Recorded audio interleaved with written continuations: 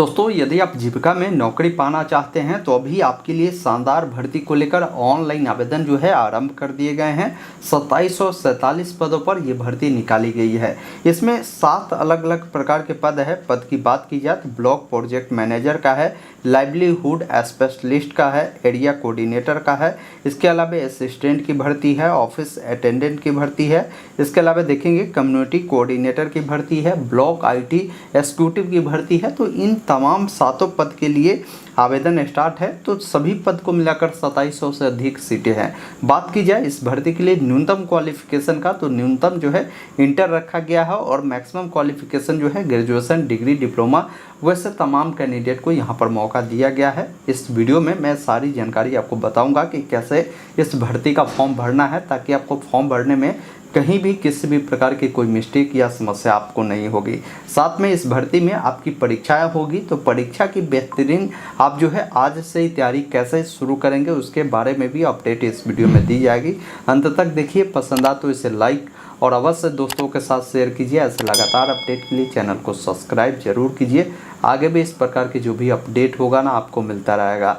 आइए फिलहाल अपने स्क्रीन पर चलते हैं, इस भर्ती के बारे में पूरी डिटेल जानकारी बताते हैं। दोस्तों, अभी आप देख पा रहे होंगे हम जीविका के आधिकारिक वेबसाइट पर है और यहीं से आप सभी का जो ऑनलाइन आवेदन की जो प्रक्रिया है ना शुरू की गई है। देखिए, इस वेबसाइट पर आने के लिए आप अपने मोबाइल या लैपटॉप में गूगल ओपन करेंगे। गूगल में टाइप करेंगे ऑनलाइन अपडेट STM। यह वेबसाइट ऑनलाइन अपडेट STM.in का मिलेगा, इसे ओपन करना है। लेटेस्ट जॉब में ही बिहार जीविका रिक्वायरमेंट 2025 का लिंक मिलेगा, जिस पर आपको क्लिक करना है। सारी जानकारी बताई गई है। ये भर्ती 2747 पदों पर है। 18 अगस्त से इसका जो आवेदन करने का जो लास्ट डेट है वो रखा गया है। बाकी क्वालिफिकेशन की बात की जाए तो इसमें 7 अलग अलग प्रकार के पद है। जैसे ब्लॉक प्रोजेक्ट मैनेजर के लिए कोई अप्लाई करेगा तो स्नातक होना चाहिए, वही ही लाइवलीहुड स्पेशलिस्ट के लिए अप्लाई करेगा तो पशु, इसके अलावा कृषि, डेयरी टेक्नोलॉजी, इन सब सब्जेक्ट में से किसी भी क्षेत्र में अगर आपने जो है स्नातकोत्तर यानी PG किया है तो फॉर्म को भर पाएंगे। एरिया कोऑर्डिनेटर के लिए स्नातक बोले गए हैं। इसके अलावा देखेंगे अकाउंटेंट के लिए अगर आपने स्नातक कॉमर्स में किया है तो फॉर्म को अप्लाई कर सकते हैं। ऑफिस असिस्टेंट की भर्ती है जिसमें स्नातक पास है और हिंदी इंग्लिश की जो टाइपिंग की ज्ञान रखते हैं तो आप इसके लिए अप्लाई कर सकते हैं। इसके अलावा कम्युनिटी कोऑर्डिनेटर का है। यही एक ऐसा पद है जिसमें पुरुष के लिए स्नातक बोले गए, लेकिन कोई फीमेल कैंडिडेट है वो कम से कम इंटर भी की हुई है तो फॉर्म को अप्लाई कर सकती है। इसके अलावा बात की जाए ब्लॉक IT एग्जीक्यूटिव की है। बीटेक जो कि बोला गया है CS या IT में होना चाहिए, या BCA BSc IT किया है, PG DCA किया तो फॉर्म को भर सकते हैं। तो ये सारी चीज़ें ऑलरेडी यहाँ पर मेंशन की गई है, जिसको जरूर देखिएगा। नीचे जब आप आएंगे ना तो डायरेक्ट ऑनलाइन अप्लाई करने का लिंक आपको जो है यहाँ पर उपलब्ध करवा दी गई है। आप डायरेक्ट इस वाले लिंक पर क्लिक करेंगे, क्योंकि पहले आपको रजिस्ट्रेशन करना होगा। जहां पर आपके सामने ये गाइडलाइन आएगा, पहले इसको क्लोज कर यहाँ से आई एग्री वाले विकल्प पर क्लिक करेंगे। अब ध्यान रखना है फॉर्म भरना कैसे है। जैसे यहाँ पर देखिए बोला गया है कि कैंडिडेट का जो है जो भी फर्स्ट नेम है लिखे, लास्ट नेम जो मिडिल नेम जो है इसमें और लास्ट नेम जो है इसमें लिखे। जैसे मान लीजिए किसी का नाम 3 अक्षर का है, जैसे राम कुमार शर्मा हुआ तो Ram first name, middle name Kumar, Sharma last name होगा। लेकिन किसी का नाम राम कुमार है तो फर्स्ट उनका राम और लास्ट नेम कुमार हो जाएगा, ये ध्यान रखेंगे।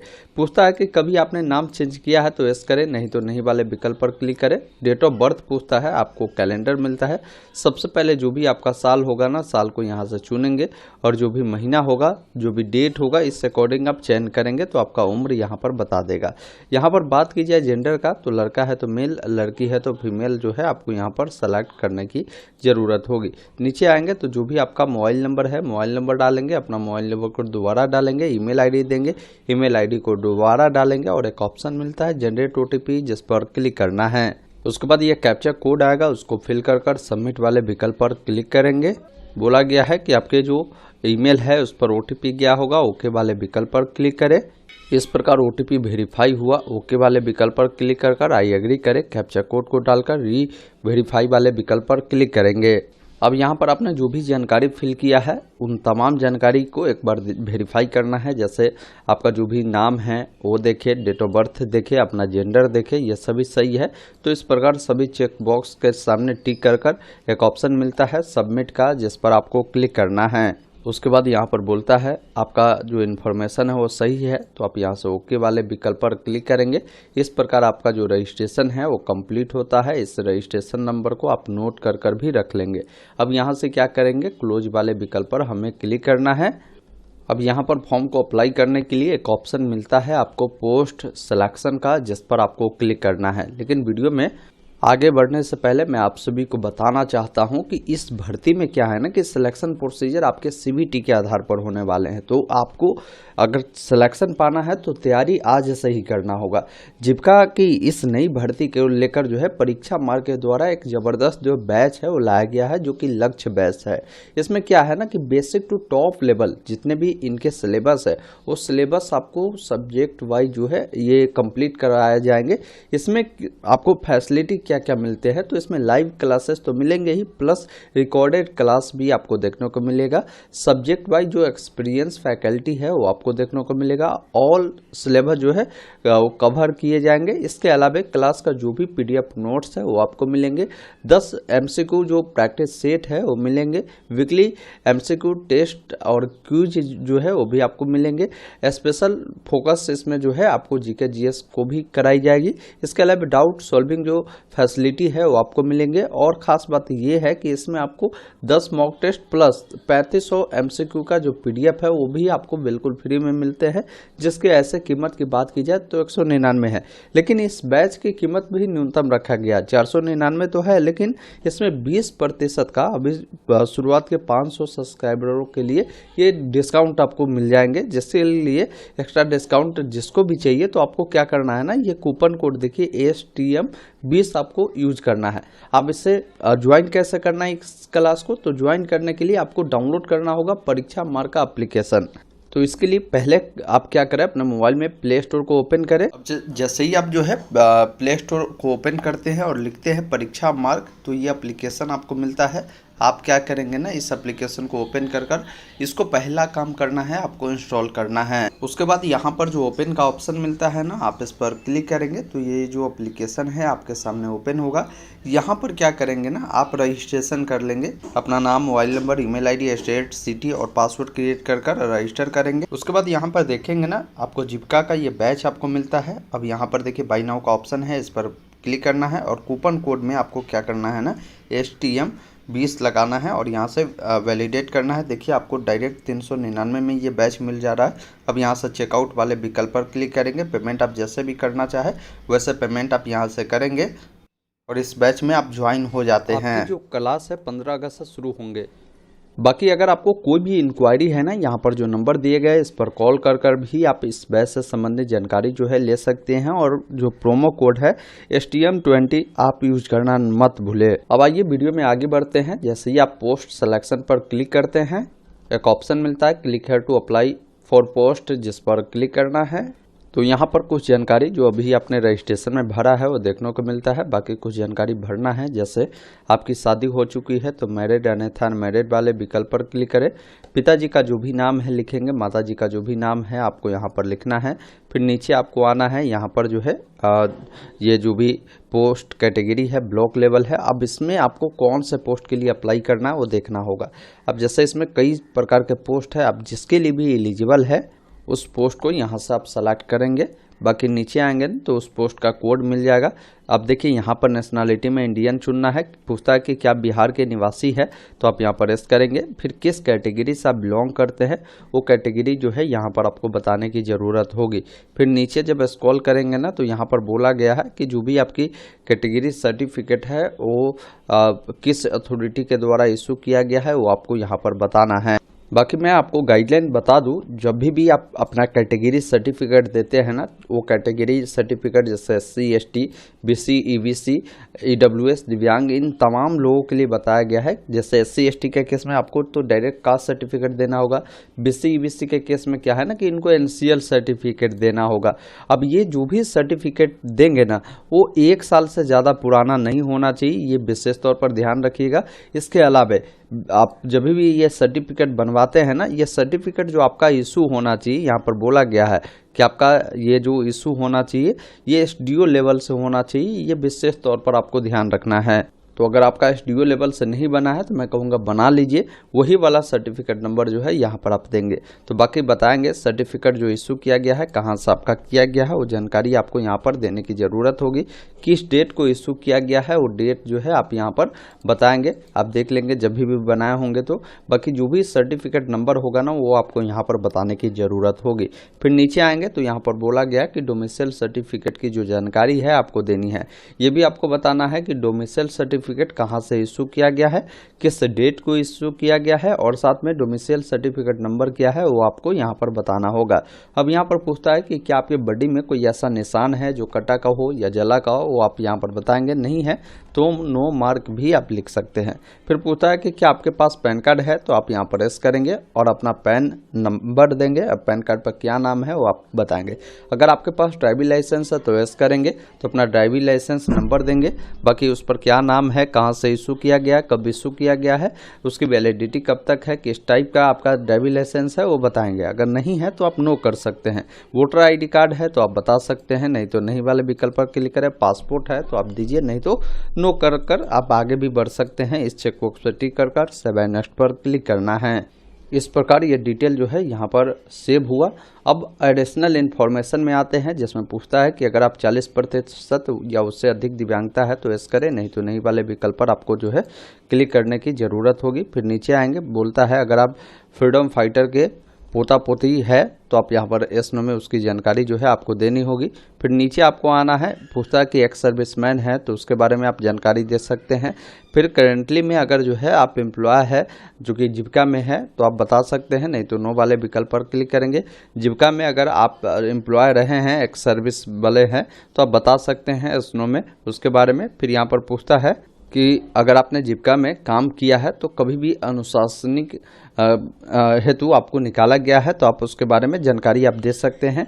उसके बाद यहाँ से सेव एंड नेक्स्ट वाले विकल्प पर क्लिक करेंगे, ये डिटेल आपका सेव होता है। अब आप अगले स्टेप में आते हैं जहाँ पर कम्युनिकेशन डिटेल जो है पूछा गया है, जिसमें करस्पॉन्डेंस एड्रेस पूछा गया है। करस्पॉन्डेंस एड्रेस का मतलब है अभी वर्तमान समय में आप जहाँ भी रह रहे हैं वो एड्रेस आप बताएंगे। जैसे ग्रामीण क्षेत्र में होंगे तो एड्रेस 1 में विलेज, एड्रेस 2 में पोस्ट ऑफिस लिख सकते हैं। बाकी आप शहरी क्षेत्र में रहते हैं तो जैसा भी आपका एड्रेस है वो एड्रेस आप लिखेंगे। कंट्री में इंडिया लिखना है, जो भी आपका स्टेट होगा ना यहाँ से स्टेट चुनेंगे, जो भी आपका डिस्ट्रिक्ट होगा उससे चुनेंगे और पिन कोड देंगे। किसी का करस्पॉन्डेंस एड्रेस और परमानेंट समान है तो इस चेक बॉक्स पर टिक करेगा, दोनों फिल होगा। अलग अलग है तो अलग अलग जानकारी को फिल कर सेव एंड नेक्स्ट पर क्लिक करना है। अब आप अगले स्टेप में आते हैं जहां पर क्वालिफिकेशन की जानकारी देनी है। तो देखिए क्वालिफिकेशन में सबसे पहले मैट्रिक का बोला गया है, तो मैट्रिक आपने जिस भी बोर्ड से किया होगा ना उस बोर्ड का नाम लिखेंगे। जैसे बिहार बोर्ड वाले होंगे तो BSCB पटना भी आप लिख सकते हैं या बिहार स्कूल एग्जामिनेशन पटना लिख सकते हैं। जिस भी स्कूल से आपने पढ़ाई किया था ना 10वीं का, उस स्कूल का नाम लिख दीजिएगा। बाकी जो आपका नंबर था वो किस अकॉर्डिंग था, परसेंटेज में था तो परसेंटेज, CGPA में था और CGPA ग्रेड में था तो ग्रेड। बाकी आपको जो नंबर मिले हैं वो कितना मिला है, जैसे मान लीजिए 500 का एग्जाम हुआ था उसमें आपको 350 मिले हैं तो ऑप्टेन में 350 लिखेंगे। मैक्सिमम मार्क्स में 500 आपको लिखना है और आपका जो परसेंटेज है वो देखने को मिलता है। बाकी किस साल आपने मैट्रिक जो है पास आउट किया है वो पासिंग ईयर आपको बताना है। डिवीजन कौन सा है, फर्स्ट सेकेंड थर्ड वो बताएंगे। इसी अकॉर्डिंग अगर आपने इंटरमीडिएट किया है तो इंटरमीडिएट जो है किस बोर्ड से आपने पास आउट किया है, किस कॉलेज से आपने पास आउट किया है उसका नाम आप जरूर लिख दीजिएगा। बाकी आपका सब्जेक्ट क्या था इंटरमीडिएट में, आर्ट, साइंस, कॉमर्स, वो आप यहाँ पर बताएंगे। फिर बताएंगे कि आपका नंबर परसेंटेज या CGPA में है, आपको कितने नंबर मिले हैं, कुल कितने का एग्जाम हुआ था, आपका परसेंटेज आ जाएगा। बाकी कब आपने उससे जो पास आउट किया है वो जानकारी आपको यहाँ पर देने की ज़रूरत होगी। अब यहाँ पर मैं देख रहा हूँ कि 2021 से आगे का यहाँ पर कोई ऑप्शन नहीं दिया जा रहा है। जैसे कोई 22-23 में पास किया है, 24 में पास किया, तो वैसे लोगों के लिए अभी ऑप्शन नहीं है। अभी मैं कहूँगा थोड़ा सा आपको वेट कर लेना है, ये ऑप्शन देखने को मिल जाएगा क्योंकि अभी लिंक एक्टिव हुआ है तो हो सकता है थोड़ा सा टेक्निकल इशू हो।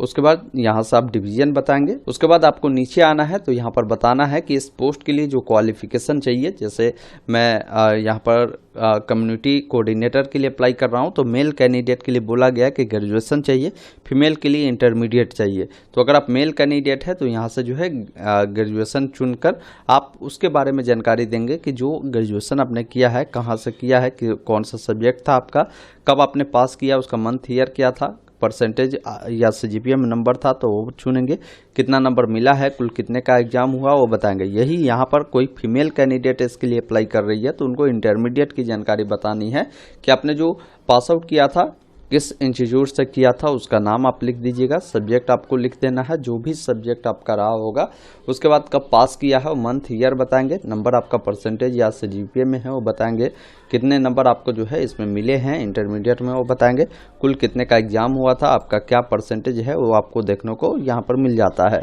फिर अगर आपके पास अदर कोई क्वालिफिकेशन है तो आप यहाँ से अदर को चुनकर आप बता सकते हैं कि कौन सा क्वालिफिकेशन है, जैसे ग्रेजुएशन है तो उसके बारे में आप जानकारी दे सकते हैं, जो भी हो आप यहाँ पर लिख सकते हैं, नहीं है तो इसको आप ऐसे ही छोड़ सकते हैं। उसके बाद नीचे आना है, आपके पास कोई एक्सपीरियंस है तो उसके बारे में जानकारी दीजिए, नहीं है तो इसको ऐसे ही छोड़ना है और सेव बाय नेक्स्ट पर क्लिक करना है। अब आप अगले स्टेप में आते हैं जहां पर आपको डॉक्यूमेंट अपलोड करना है, जिसमें बोला गया है कि रिसेंट का पासपोर्ट साइज फोटो जो है देना है। जब यहां पर क्लिक है टू अपलोड पे क्लिक करेंगे तो गाइडलाइन आता है जिसमें आपको बोले गए हैं कि फ़ोटो जो भी होगा ना वो बिल्कुल हाल का होना चाहिए और कोशिश करना है कि फ़ोटो का जो बैकग्राउंड हो वो वाइट बैकग्राउंड हो। उसका साइज जो रखे मिनिमम 50 KB मैक्सिमम 80 KB आप रखें, जेपीजी फॉर्मेट में रखें। बाकी ये पूरा गाइडलाइन इन्होंने बताया, डायमेंशन बताते हैं तो इस सेंटीमीटर में आपको रखकर अपलोड करना है। फोटो अपलोड करने के लिए ड्रॉप फाइल हेयर वाले विकल्प पर क्लिक करेंगे। इस प्रकार फोटो आपका अपलोड हुआ। अब यहाँ से क्लोज करें। अब यहाँ पर क्या करें ना, व्यू अपलोड फोटो जो ऑप्शन दिए गए हैं इस पर क्लिक कर इसको देख लेना है। फिर इसी अकॉर्डिंग सिग्नेचर अपलोड करना है, जिसके लिए आपको गाइडलाइन भी मिलते हैं। या जब अपलोड पर क्लिक करेंगे ना तो बताएगा कि जो सिग्नेचर है आपका रिसेंट का होगा, इसका भी साइज जो होगा ना 50 से लेकर 80 KB के बीच होगा, तो इसको भी यहाँ से जो है अपलोड करना है। इस प्रकार सिग्नेचर भी अपलोड हो गया। अब यहाँ पर देखेंगे ना 10th का जो भी आपका सर्टिफिकेट है उसको अपलोड करना है, जिसके लिए इस पर जब क्लिक करेंगे तो ये जो होगा जेपीजी PDF फॉर्मेट में आप 100 KB कम से कम रखेंगे और 300 KB इसका मैक्सिमम साइज रहेगा। आप इस पर क्लिक कर इस प्रकार ये भी आपका अपलोड हो गया। अब यहाँ से इसको क्लोज करें। इसी अनुसार 10th का मार्कशीट यहाँ पर दे, 12th का सर्टिफिकेट यहाँ पर अपलोड करें, 12th का मार्कशीट यहाँ पर देना है। कोई एडिशनल क्वालिफिकेशन अगर आपने दिया है तो उसका आपके पास जो भी सर्टिफिकेट है उसको देंगे।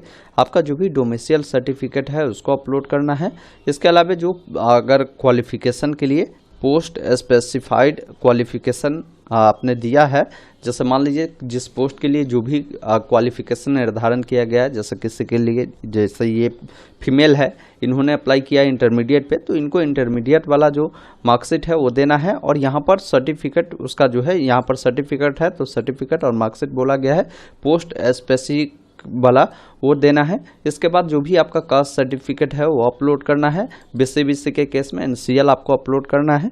बाकी नीचे आएंगे तो जो भी डॉक्यूमेंट आपने चुना है जैसे pan card, voter ID card, password, वो भी आपको यहाँ पर अपलोड करनी होगी।